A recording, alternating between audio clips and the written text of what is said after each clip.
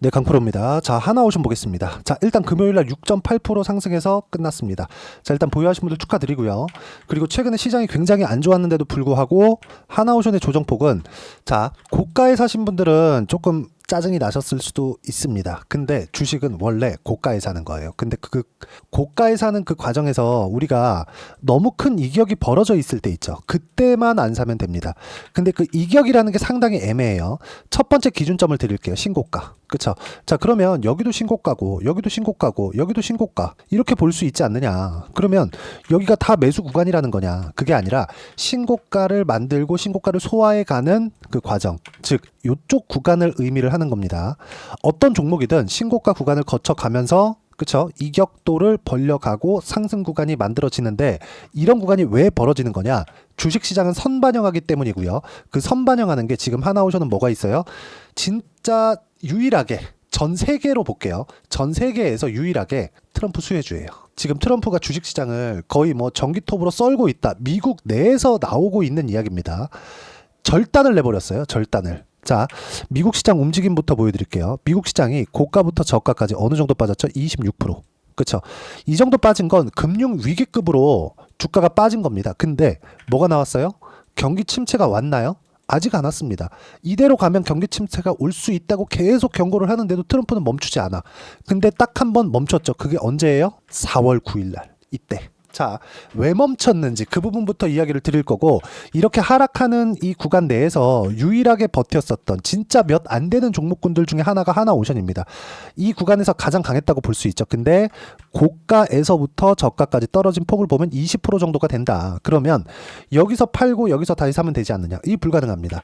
올라가는 구간에서 우리가 어느 정도까지 차익을 보고, 그리고 다른 종목으로 이동을 했다가, 그리고 나서 매수 구간을 이격을 좁혔을 때 다시 잡는 건데, 다른 종목군들도 조선주로 집중을 하셔야 됩니다. 그리고 주도주 내에서 우리가 거래할 수 있는 구간을 잡아야 돼요.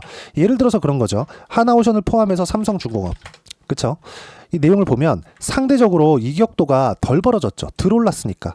예를 들어서 우리는 만약에 이게 테마주라고 한다면 하나오션 대장주, 그리고 삼성중공업 2등주, 뭐 이런 식으로 후발주, 이런 식으로 표현을 하는데, 우리가 이걸 생각해 보자고요. 업황에 대한 개선이 나올 수 있는 여지가 있는 종목군들, 그리고 아직까지 실적에 대한 개선세가 나오고는 있지만 아직까지 실적에 대한 개선세가 확실하게 나오지 않은 종목군들, 그게 지금 조선주입니다. 트럼프 당선 이전을 한번 볼게요. 11월 달 이전에. 그 전에도 상승 구간이 만들어져 있었어요. 이미 신고가 구간에 있었다는 겁니다. 근데 트럼프 당선 그 시점을 기준으로 해서 하나오션이 대장주로 치고 달렸죠. 의미하는 바가 뭐예요? 방산 쪽으로 연관성이 있느냐, 그리고 미국과 연관성이 가장 높은 종목이 어떤 거냐, 그게 하나오션이었던 겁니다. 그럼 방산 쪽하고 연관 지을 수 있는 거 보면 한화 에어로스페이스나 이런 종목군들.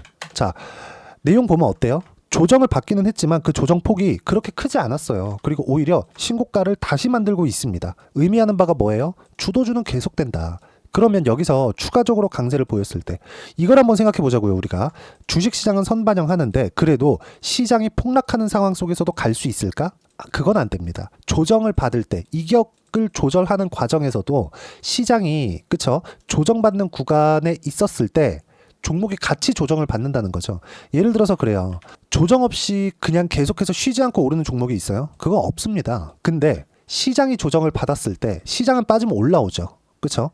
자, 미증시 같은 경우에 최근에 보면 너무 많이 빠졌습니다. 너무 많이 빠졌는데 나스닥에는 우리가 이름만 대면 알만한 기업들이 있죠. 뭐 애플도 그렇고, 뭐 테슬라도 그렇고, 엔비디아도 그렇고, 이름만 대면 알만한 기업들이 있어요. 근데 여기서 우리가 뭘 볼 수 있어요? 장기간 추세를 유지해 왔다. 한 번의 조정은 필요했었는데 이번에 그 조정을 다 받고 갔다. 근데 여기서 이유가 있었죠.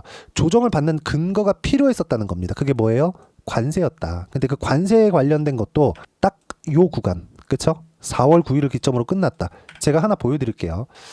정확하게 트럼프는 약점을 밝혔습니다. 이 얘기를 왜 드리냐면, 자, 미증시가 폭락하는 상황 속에서도 하나오션은 그렇게 큰 조정을 받지는 않았습니다. 물론 내 고가에 물려 있었다면 약간 좀 스트레스를 받으셨을 것 같아요. 근데 제가 이 얘기를 드리는 이유는 최소한 미증시가 안정 구간에 들어가야 하나오션도 같이 강세 구간에 들어올 수 있고, 아무리 트럼프가 밀어준다고 하더라도 만약에 미국의 금융 위기급의 그쵸? 큰 위험이 찾아온다면 어떻게 될까요? 한국 시장 작살납니다. 하나오션이라고 갈 수 있을 것 같아요? 절대 못 가요. 그러면 미증시의 움직임, 미증시가 이렇게 폭락이 나왔는데 왜 이런 폭락이 나왔는지, 그쵸? 그리고 해결책은 뭔지 그 부분에 대해서 우리가 체크를 해봐야 되잖아요. 자, 내용 보시면 위쪽이 미국 10년물 국채금리, 그리고 아래쪽이 나스닥 선물입니다. 나스닥의 움직임하고 동일하다고 보시면 돼요. 자, 정확하게 트럼프가 관세 관련돼서 계속해서 언급을 해왔지만 요때 취임을 하기 시작했고요. 1월 20일 날, 그쵸? 1월 20일 날 취임을 했고 그 이후에 올랐습니다. 근데 관세 관련돼서 처음 코멘트를 하고 나서 주가 쭉 빠지기 시작하죠. 여기서 여기까지 빠진 게 한 15% 정도 됩니다. 근데 이때는 채권이 같이 빠집니다. 왜 빠질까요? 주가가 빠지니까 안전자산 선호 현상. 미국의 국채는 안전자산으로 분류되죠. 근데 횡보하고 채권이 다시 빠집니다. 여기서 뭐가 나왔죠? 딱 여기서. 그리고 나서 미증시가 20% 더 빠지는데 여기서 뭐가 나왔냐면 다들 아시죠? 미국 해방의 날. 물론 아니라고 생각합니다, 저는. 근데 미국 해방의 날이라고 관세를 발표를 했어요. 미증시 20% 빠지면서 급기야 채권 금리가 급등해 버려요. 어떤 이야기가 되는 거냐? 미국이 경쟁력을 잃을 수 있다. 관세 자체가 미국 내에서 큰 위험을 일으켰다는 거죠. 자, 왜 이런 상황이 나오냐면 미국 채권은 안전자산입니다. 근데 이 안전자산을 이용해서 대출을 받아요. 돈을 땡겨옵니다. 레버리지 투자를 하는 거죠. 이걸로 나스닥이나 S&P 500에 투자를 하죠. 그러면 이쪽에서 주가가 하락하면 너무 단기간에 급락을 해버리면 미국 국채가 워낙에 안전자산이다 보니까 이쪽에서의 담보 가치가 떨어지게 됩니다. 그랬을 때는 반대 매매, 한국말로 했을 때는, 그리고 미국에서는 이걸 마진콜이라고 하죠.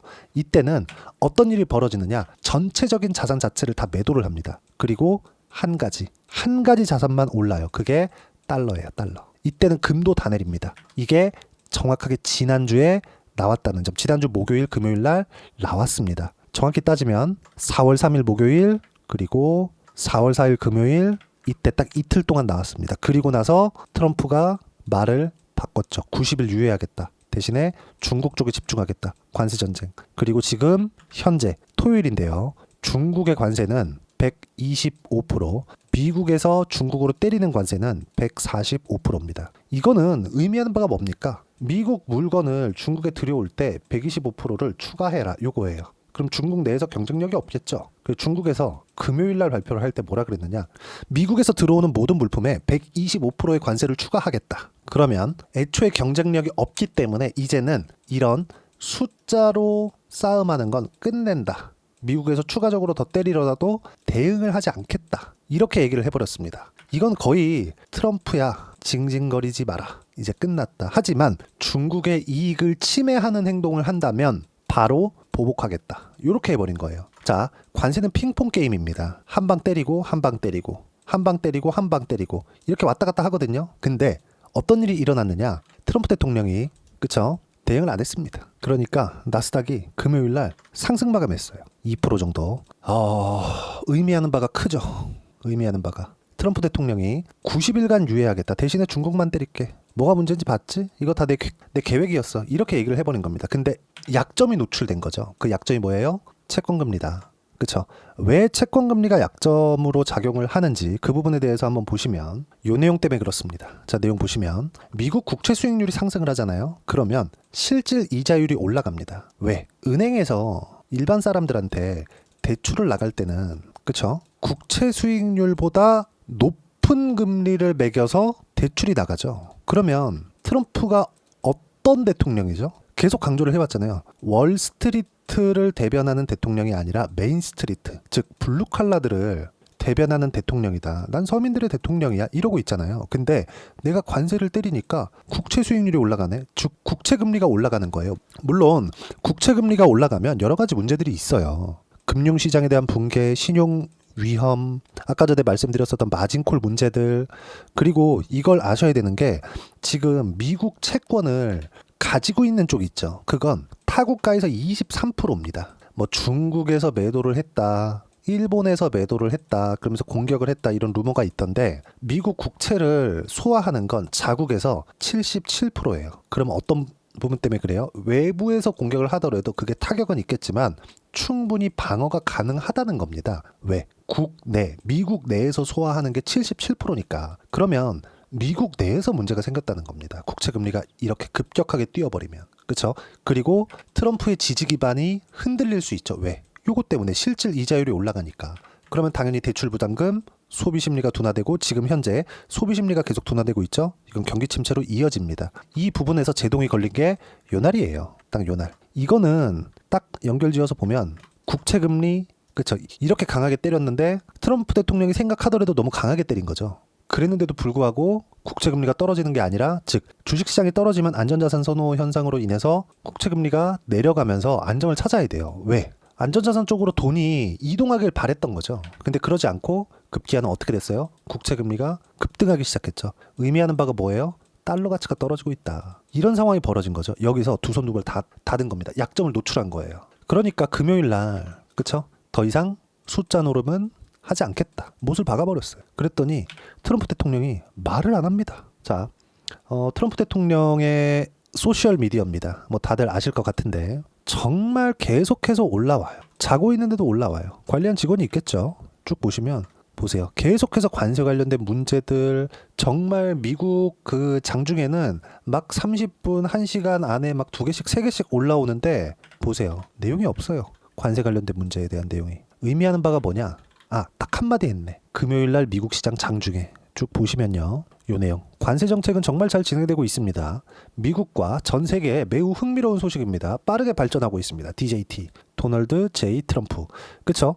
이게 끝인 겁니다. 의미하는 바가 어떤 건지 우리가 생각하고 있어야 될 때가 됐다. 즉, 관세 관련된 문제는 끝났다. 그리고 관세 관련된 문제만 해결이 되잖아요. 그러면 나쁠 게 없습니다. 자, 지금 금요일 날 나온 지표까지 보기에는 내용이 너무 길어질 것 같아가지고 제가 간단하게 이야기를 드리면 PPI 상승률, 생산자 물가 지수입니다. 이 내용을 보면 예상치보다 하회했어요. 그러면 이게 어느 정도가 나온 겁니까? 이게 물가가 내려가고 있는 거예요. 근데 채권금리는 더 뛰었죠. 왜 뛰었을까요?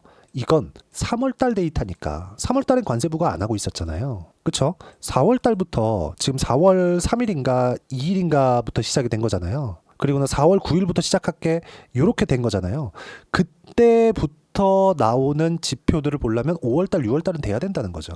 그럼 2분기 실적이 나온 7월달부터는 본격적인 그 실적이나 지표들이나 이런 부분들이 있다는 거죠. 그러니까 이 내용이 있었을 때 경제지표 상에서 긍정적인 내용이 나왔는데도 불구하고 나스닥이 반등을 하지 못했다는 거죠. 근데 결국에는 이 내용이 나오면서 안정을 찾았다. 내용이 너무 길어지니까 제가 간단하게 빨리빨리 하겠습니다. 보스턴 여는 총재가 금융시장이 불안해지면 이를 진정시키기 위해 개입할 절대적인 준비가 다 되어 있다. 연준은 이쪽에서 프로니까 다 해봤거든요. 미국의 은행이 망하는 것도 전부 다 막아봤고 아주 경험치가 높은 베테랑들이 모여 있는 거죠. 그래서 아까 전에 말씀드렸었던 대로 미증시가 안정 구간을 찾아온 겁니다. 이런 식으로 다음 주가 되면 미증시는 안정 구간에 들어갈 거고 한국 시장도 강세를 보일 텐데 그 강세를 보이는 과정에서 하나오션과 같은 그동안 강세를 보였었던 종목이 폭등 구간을 만들어갈 수 있다. 하나오션 지금 얼마까지 갈지 모릅니다. 그리고 보통 이런 정도, 그쵸? 미국과 연관되어 있는 굳이 미국이 아니더라도, 그쵸?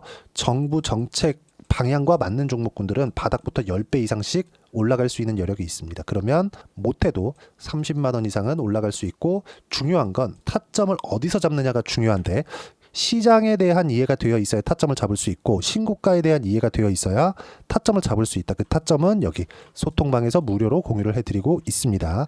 자, 주말까지 이렇게 제가 이야기를 드리고 있는데 4월 12일 토요일이죠. 자, 금요일 코스닥 강세, 주도주 강세, 바이오 등 있고요. 코스피 약세 이후 미증시 안정화가 없었기 때문이다. 그래도 폭락은 끝났다. 상황에 대해서 제가 계속 이야기를 드리고 있는 거죠. 그러면 아까 전에 말씀드렸었던 관세 관련된 문제가 끝났다. 이건 채권 때문이다. 이렇게 이야기를 드렸는데 이 부분이 나오기 전에 4월 9일 날 미증시가 급등이 나왔는데 어떻습니까? 3월 달에도 미증시가 안정될 때까지 이런 움직임은 지속될 수 있다. 하지만 주도 섹터는 동일하다. 바이오, 조선, 방산, 원전 이 안에서만 매매해야 된다. 쭉 밑에 또 내려서 보면 채권 관련된 문제를 제가 짚어요. 자, 미증시 폭락, 중국 보복관세 때문이다. 트럼프는 더 이상 카드가 없다. 애초에 얘기를 했죠. 언제? 4월 5일 날. 그쵸? 카드가 없다. 이제는 물러서야 된다. 물러서는 모습. 표면상으로 그렇게 안 보이겠지만 실제 90일 유예를 줬다는 것 자체가 아주 자존심이 상할 겁니다. 근데 더 갔잖아요. 무조건 금융위기가 올 수 있는 상황이었기 때문에 물러선 겁니다. 그럼 다음 주부터는 그쵸? 폭발적인 상승 구간을 만들어낼 수 있고 그 타점에 대한 부분, 하나오션에 대한 부분도 보시면 4월 11일 날 제가 매수 타점을 잡아드렸죠. 이 내용 모두 무료로 공유를 해드리고 있으니까 구독과 좋아요 눌러주시고요. 댓글 하나씩 달아주시고 입장 링크를 공유해드리기 위해서 여기 010-8713-1916으로 구독이라고 문자 보내주시면 소통방 입장 링크 순차적으로 공유를 해드리도록 하겠습니다. 자, 그리고 소통방에서 진행하는 내용을 그대로 따라서 매매를 했을 때 어느 정도까지 수익을 볼 수 있는지, 그쵸? 제 실제 거래한 내용을 가지고 이야기를 드리면, 자, 제가 조회를 눌러가면서 보여드릴게요. 조작이 불가능하다는 걸 보여드리는 거고, 어떻습니까? 신고가, 신고가, 그리고 최근에도 신고가. 최근에 어때요? 이렇게 시장이 어려운데도 불구하고 23% 수익 구간. 그쵸? 자, 한화오션 이야기를 하고 있으니까 조선주도 한번 볼게요. 한화오션 보면 어떻습니까? 신고가 구간에서 매매를 하고 또 매수 구간 잡았죠. 당연히 이런 부분들 소통방에서 제가 공유를 해드렸고 4월 11일 75,000원에 마저 매수했고 금요일 종가는 78,000원 또 수익 구간에 있다. 그리고 트럼프 당선 이후에 신고가를 확인하고 매매한 결과 57%의 수익 구간, 밑에 가면 더 있어요. 45, 36% 꾸준하게 수익 구간 만들어내고 있죠. 이 모든 부분을 소통방에서 무료로 공유를 해드리고 있으니까 구독과 좋아요 눌러주시고요. 댓글 하나씩 달아주시고 입장 링크는 여기 010-8713-1916으로 구독이라고 문자 보내주시면 소통방 입장 링크 순차적으로 공유를 해드리도록 하겠습니다. 자, 모두 무료로 진행하고 있으니까 와서 보시면 되고요. 자, 그러면 지금 현재 제가 이야기를 드리고 있는 모든 내용은 미증시는 안전 구간에 들어오게 된다. 이제 다음 주가 되면 그럼 이 구간에서 우리가 어떤 종목을 공략해야 되는지가 중요한데 그 종목군을 공략하는 과정에서 무조건 신고가, 주도주군을 공략을 해야 된다. 그러면 4월 달이 돼서 하나오션과 함께 제가 하나오션에 대한 부분도 그쵸? 계속 공략을 하고 있고요. 최근에 보면 ABL 바이오 그쵸? 급등 구간 23%, 50%만큼만 차익을 봤거든요. 여기. 그쵸? 4월 8일 날 ABL 바이오 시장값에도 50%만 보유한다. 이런 식으로 제가 공유를 해드렸는데 이것처럼 4월 달, 그쵸? 이제 대선도 있죠. 어떤 종목을 공략해 나가야 되는지 제가 딱 한 종목만 준비를 해놨으니까 영상 끝까지 시청하시고요. 모든 분들이 성공 투자하셨으면 참 좋겠습니다.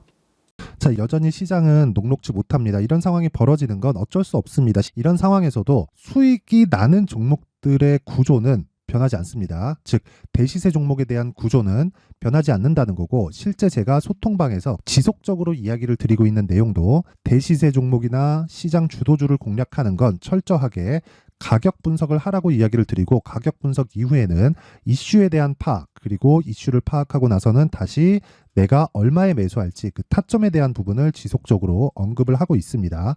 자, 근데 생각해 보세요. 시장이 굉장히 어려웠습니다. 어려운 상황에서의 어떤 종목들이 강했냐 보면 반도체와 그리고 바이오입니다. 자, 실제 여기 보면요.